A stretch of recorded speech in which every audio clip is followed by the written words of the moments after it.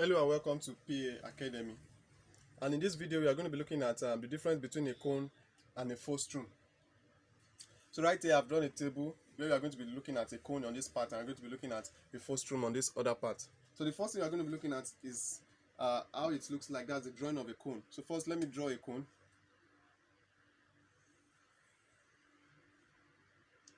So this is the circular base and this is the center of the circular base.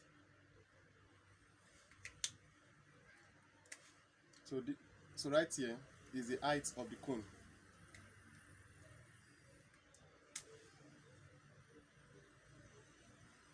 So this represents the length. We call it length. The length of the cone. So right here is the radius, the height, and then the length. So it's the same thing as the length here. So this is how a cone looks like. So let's now draw a frustrum.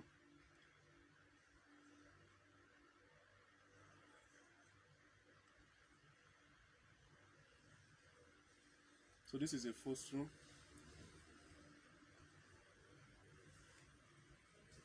So right here is the center of the circular base. That's the bigger circle. We denote it with a capital R, while the radius of the smaller circle is denoted with a small letter r. So, and then this here represents the height, and this represents the length. So if you look at this two diagram, you see that a frustrum is when you have a cone. When you have a cone, so if you have a cone,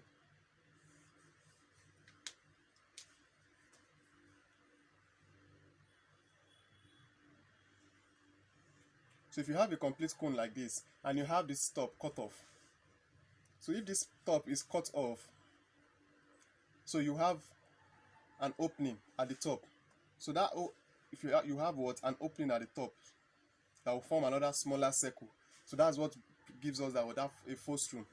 So this is one of the difference in terms of the shape of how a frustrum and a cone looks like. So now let's look at the formulas in terms of the volume, cross-sectional area, and then the total surface area of a cone and a frustrum. The formula to calculate the volume of a cone is 1/3 pi r square h. So that is it for the volume, and for the cone, I mean for the volume of a cone. Why for the frustrum, if you want to calculate the volume, the formula is 1/3 pi h into bracket. So the r, that's the major radius, the bigger radius square, plus the smaller radius, the square of the smaller radius, plus the multiplication of the two radius. So this is the formula to calculate the volume of a frustrum. Why this is that of a cone. So let's look at the cross-sectional area of a cone. So if you want to calculate the cross-sectional area of a cone, now the cross-sectional area is the area of this curved part without the base, the circular base, and it's given as pi rl. Just simply pi rl. Why for that of the frustrum, we call it the lateral surface area. So lateral surface area. So the formula for this is what? Pi l into brackets, the bigger radius and then the smaller radius. So that's the formula for that. This is a plus. And then the last one we are going to be looking at is the total surface area. So the total surface area of a cone. So this one consists of this curved surface area, which is the pi rl plus pi r square, which is the surface of the circle. That is the base of the cone. That is the total surface. That we are looking at the area of the entire surface of the cone, which is pi r l. This is pi r l plus pi r square.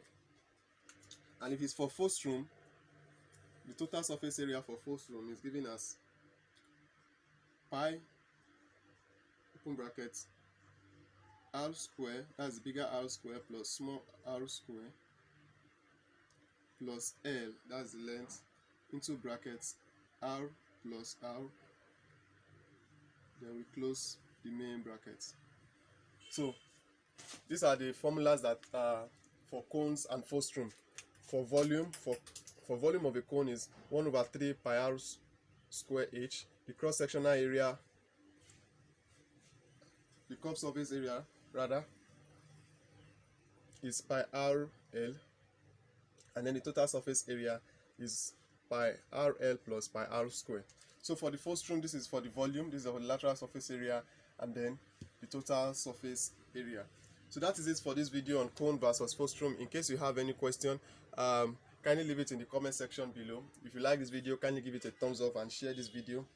And if you are yet to subscribe to this channel, PA Academy, kindly click on the subscribe button to subscribe to this channel, and then I'll see you in another video. Thank you.